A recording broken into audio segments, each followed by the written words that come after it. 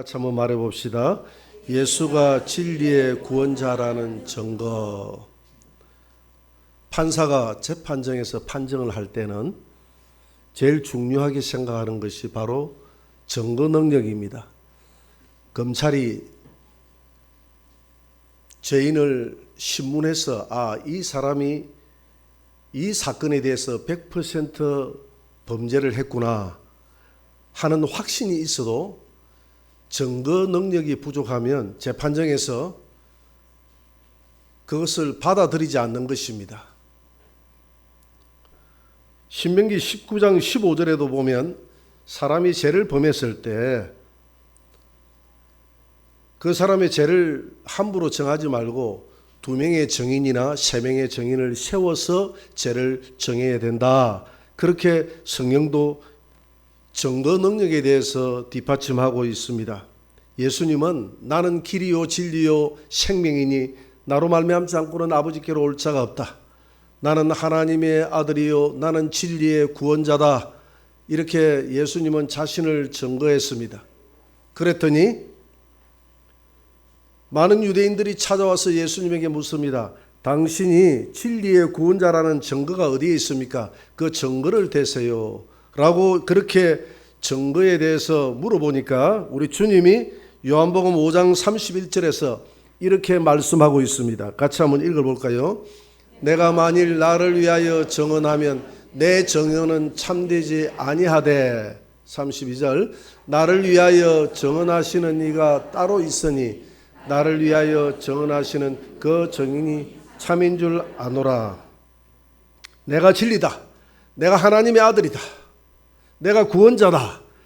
그렇게 이야기할 수 있지만 그렇게만 이야기하면 너희들이 내 주관적인 주관 때문에 믿지 못할 것이다. 그러나 객관적으로 누군가가 믿을 만한 사람이 나타나서 내가 진리의 구원자라고 내가 하나님의 아들이라고 그렇게 증거를 한다면 믿을 수 있지 않겠느냐? 그렇죠. 믿을 수 있죠. 그 사람이 누구냐? 그 사람이 누구냐 하면 그 사람이 바로 누굽니까? 침례 요한인 줄 믿습니다. 침례 요한이라는 것입니다. 침례 요한이 이렇게 증거했다는 겁니다. 요한복음 1장 29절입니다. 같이 한번 읽어봅시다. 이튿날 요한이 예수께서 자기에게 나오심을 보고 이르되 보라 세상 죄를 지고 가는 하나님의 어린 양이로다. 그리고 요한복음 1장 34절에도 이렇게 요한은 말하고 있습니다. 같이 읽어봅시다.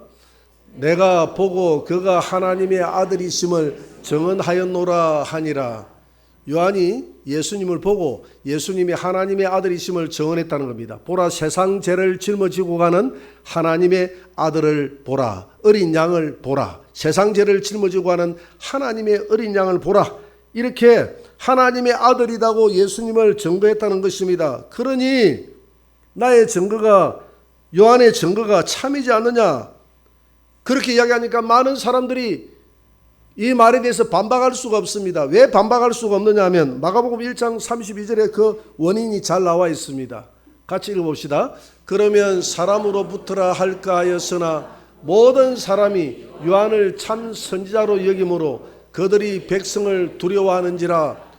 백성들은 요한을 참 선지자라고 생각을 했다 이 말입니다.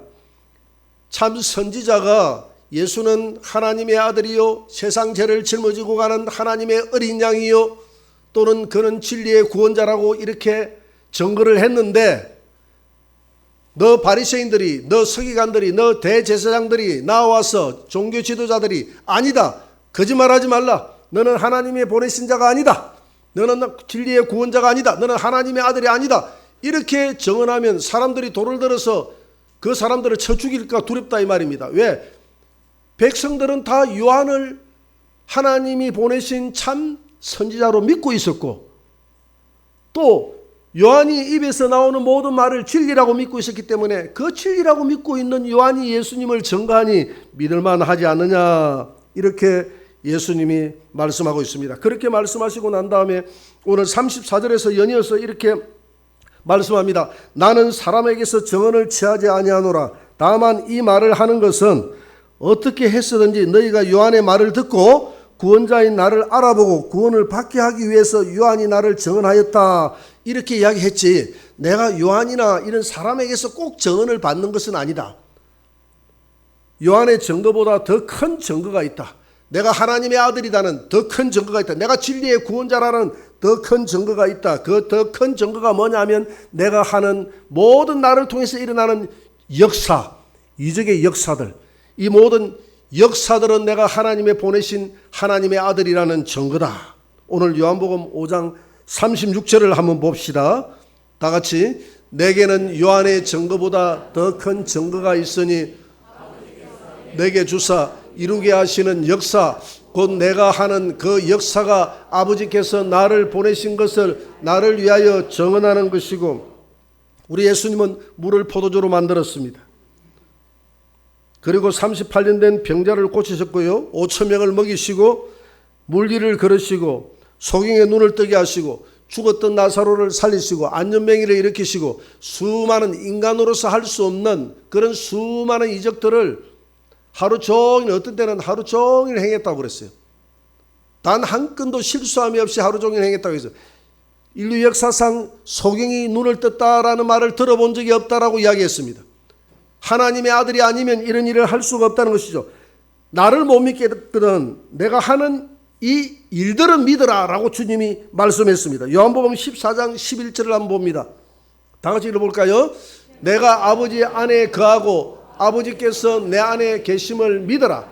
그렇지 못하겠거든 행하는 그 일로 말미암아 나를 믿어라. 예수님을 보니까 믿을 만한 분 같이 안 보여요. 왜 그렇습니까? 예수님이 너무 초라하거든요. 여러분, 영화에 나오는 그렇게 잘생긴 외모를 가진 예수님이 아니십니다. 실상은 그 영화의 모습이 아니에요. 누가 뭐 환상을 보니까 전부 다 영화의 모습 그 예수님으로 봤다고 이야기하는데 그건 자기 생각이에요. 그건 뭐 본 것으로서 그냥 만족하면 되는 겁니다. 실제 예수님의 모습은 이사야 53장에 보니까 볼품이 없다 그랬어요. 아무 키도 작고 너무 볼품이 없어서 에게 저런 볼품 없는 사람이 하나님의 아들이 맞나 싶을 정도로 볼품이 없었어요. 그러니까 너무 볼품이 없으니까 사람들이 볼품이 없는 나를 믿지 못하겠거든 내가 하는 말과 내가 하는 모든 능력을 보고 나를 믿어라라고 이야기했던 겁니다. 우리 예수님이 했던 그 능력을 보면 예수님이 진리의 구원자임을 믿을 수 있는 줄 믿으시기 바랍니다. 그 다음에 세 번째 주님이 말씀합니다. 세 번째 증거가 있다. 그 증거가 뭐냐면 구약 성경에 잘 나와 있다는 겁니다. 구약 성경에 잘 나와 있다. 구약 성경이 나에 대해서 증거한다. 요한복음 5장 39절입니다. 다 같이 읽어봅시다.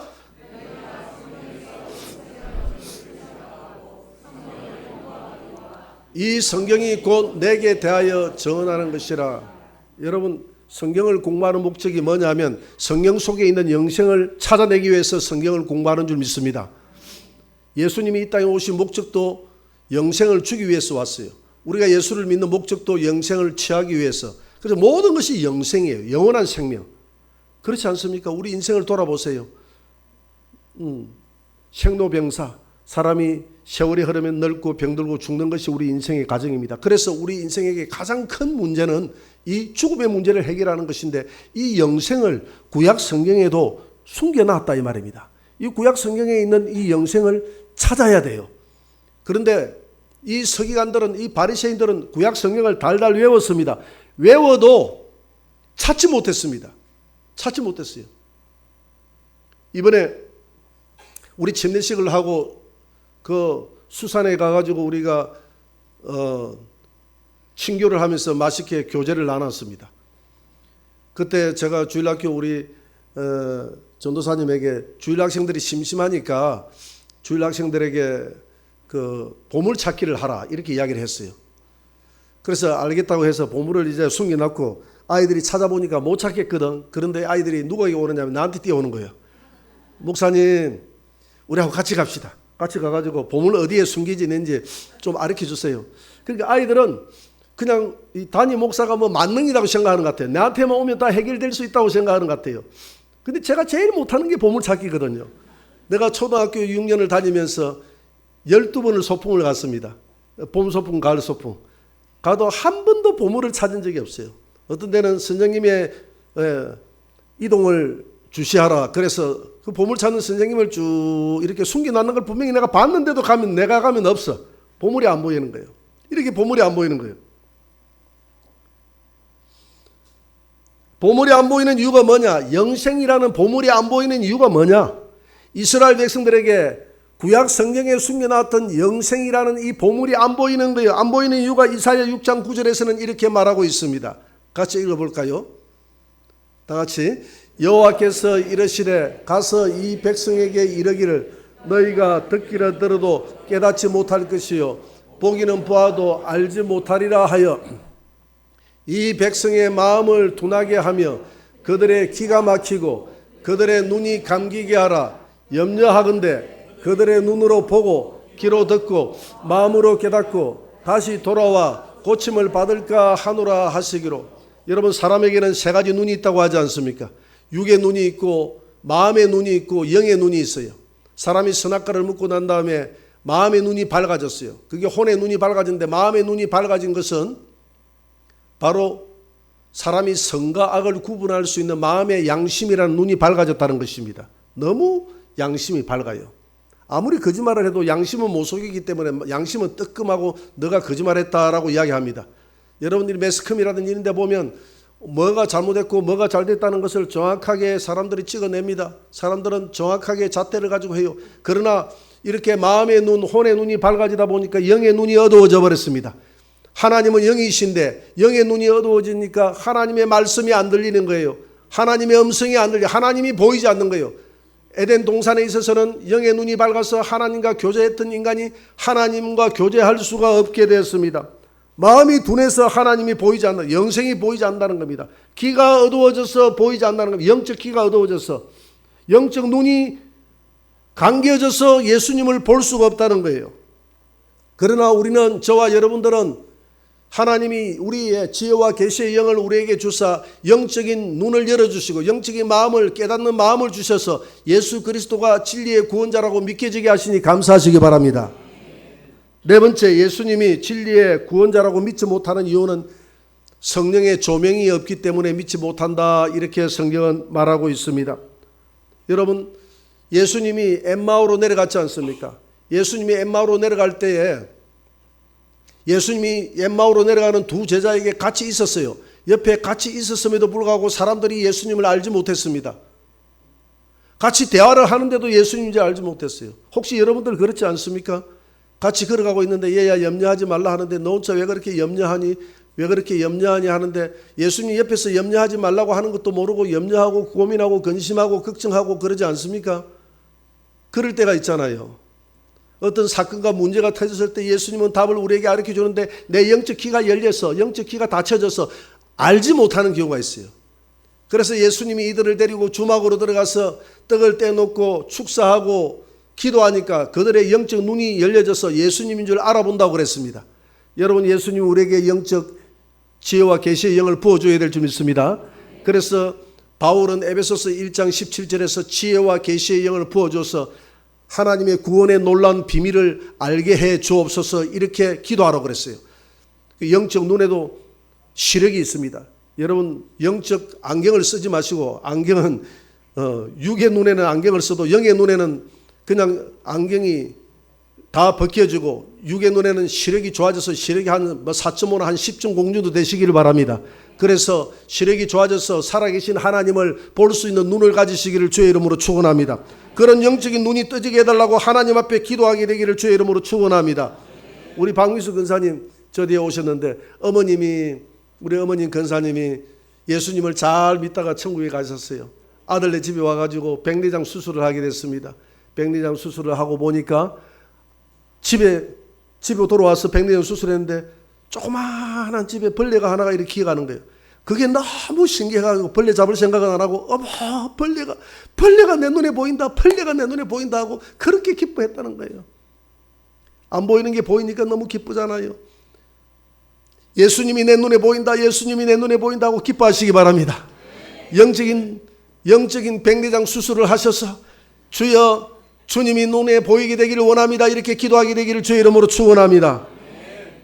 마지막으로 다섯 번째, 하나님을 볼 수 없는 이유, 예수님이 나의 진리의 구원자로 안 보이는 이유가 왜 안 보이느냐 하면 예수님을 사랑하는 마음이 없기 때문에, 하나님을 사랑하는 마음이 없기 때문에 안 보이는 것입니다. 요한복음 5장 40절입니다. 한번 읽어봅시다. 다 같이. 그러나 너희가 성경을 영생을 얻기 위하여 내게 오기를 원하지 아니하는도다. 나는 사람에게서 영광을 취하지 아니하노라. 다만 하나님을 사랑하는 것이, 하나님을 사랑하는 마음이 없는 거예요. 여러분, 사랑은 관심이거든요.